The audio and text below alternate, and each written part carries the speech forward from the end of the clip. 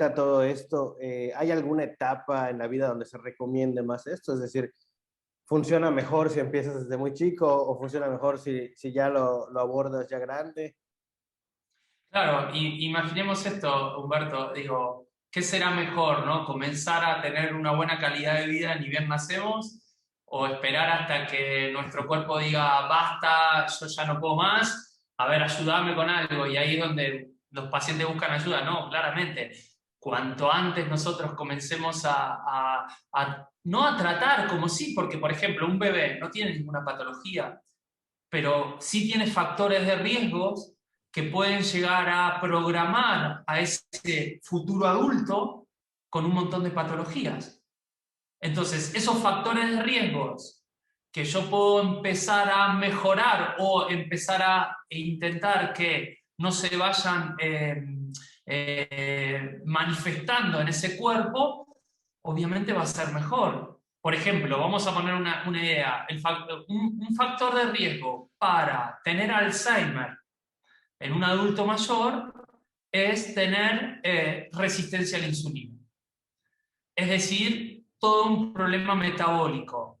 Y eso se va desarrollando a medida que vamos incorporando alimentos, vamos generando una cultura de la alimentación, y eso depende de un montón. Y a veces es falta de información. No es porque los padres quieren que el niño se alimente de determinada forma y genere hábitos alimenticios, que eso termine dándome a la larga una patología autoinmune, por ejemplo. Bueno, entonces, si yo puedo dar información, porque esto es dar información. Es decir, esto que estás haciendo con tu bebé no está bien, intenta mejorarlo. Y ya vamos sacando factores de riesgo que a la larga pueden generar patologías. Y claro, cuanto antes mejor, pero se puede empezar en cualquier momento, siempre. Siempre, siempre estamos a tiempo, siempre.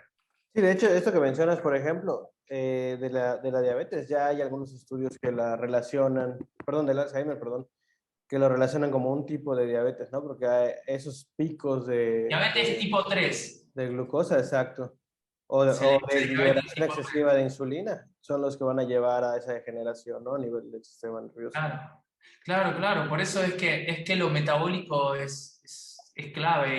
Y ahí es donde es lo que hablabas, lo que hablábamos al principio, hacer pequeños cambios a la larga, al futuro, en esa persona que hoy no tiene ningún síntoma, o que no tiene, perdón, síntomas tiene, pero no tiene ninguna patología declarada.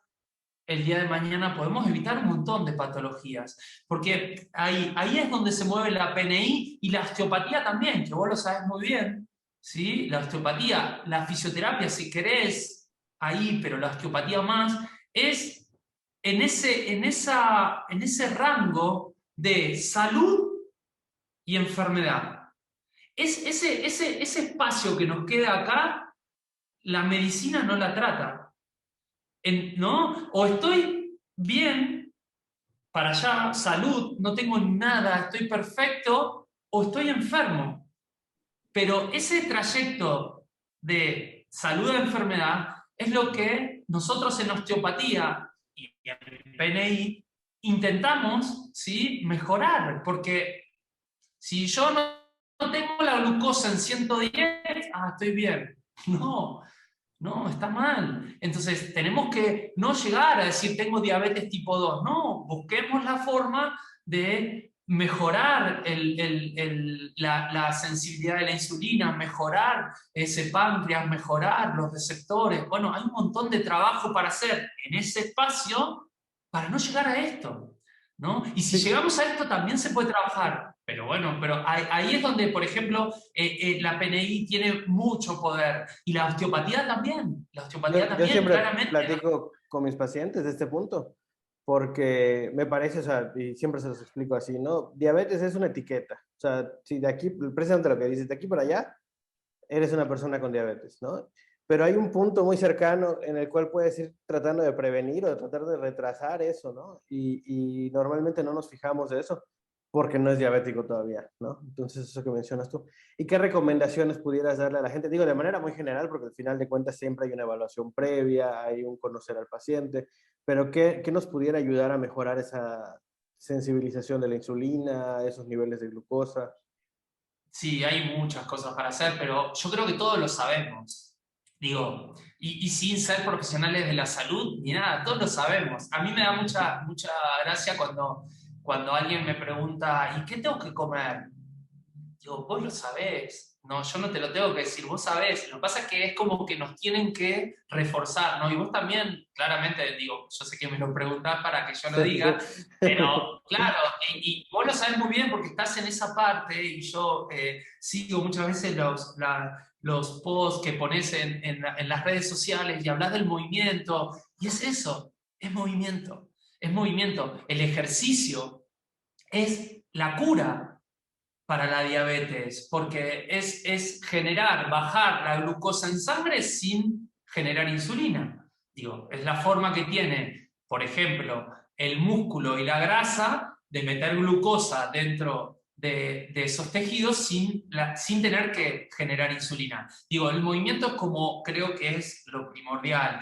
Y también después, bueno, hay varias estrategias, como por ejemplo, disminuir la cantidad de comidas diarias, es decir, hacer ayunos intermitentes, hacer ayunos donde a mí me permita bajar los niveles de glucosa en sangre, también claramente sin tener que generar insulina, y eso me va a ir sensibilizando los receptores. ¿Sí? Cuanto más yo pueda bajar la glucosa, bajar los niveles de insulina en sangre, porque esto trabaja de esta forma, ¿no? La hormona, cuando la hormona está alta, los receptores bajan su sensibilidad. Cuando la hormona está baja, los receptores se sensibilizan a esa hormona, ¿no? Estos son ciclos que se llaman nadir y acrofase y nadir, que en la hormona va haciendo esto, y esos ritmos. Entonces, ¿cuál es de las principales cosas que hay que hacer con un paciente? O qué tenemos que hacer nosotros como personas para mejorar nuestra salud? Es dar ritmos. Los ritmos son los que manejan nuestra salud.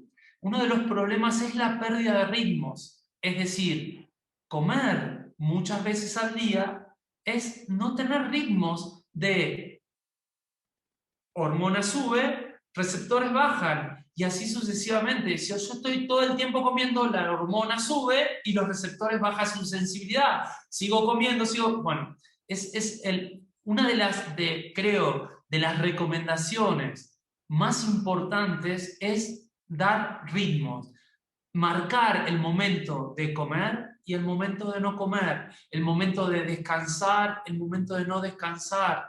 Eso es clave en la salud. Además de, obviamente, de qué comemos, si nos movemos y todo eso. Pero los ritmos, y mira, con esto te cuento algo.